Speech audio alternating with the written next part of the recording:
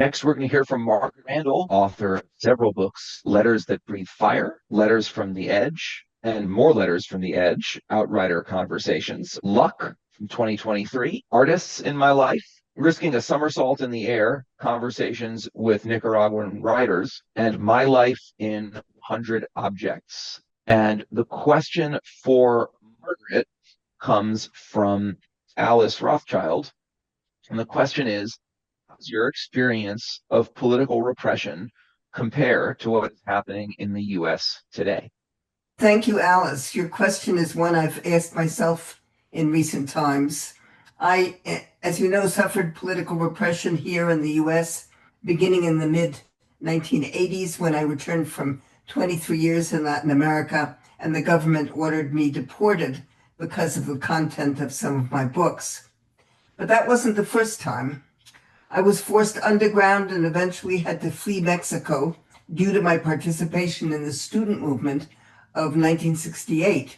I had 4 children, the oldest 8 and the youngest only 3 months, and had to send them to Cuba months before I managed to get there myself.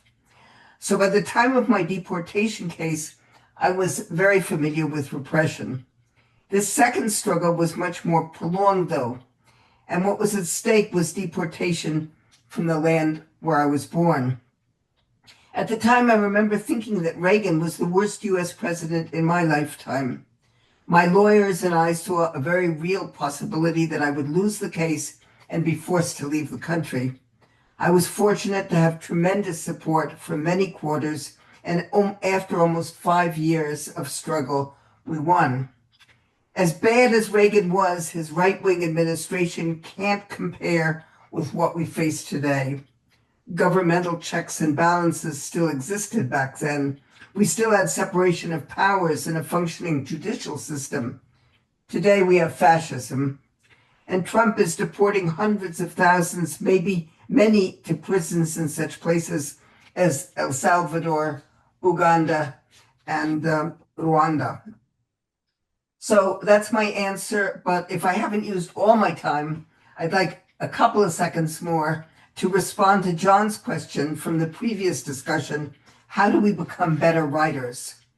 I believe we do that by paying close attention to the world around us, from landscape to human experience, agonies to joy, and make writing our priority.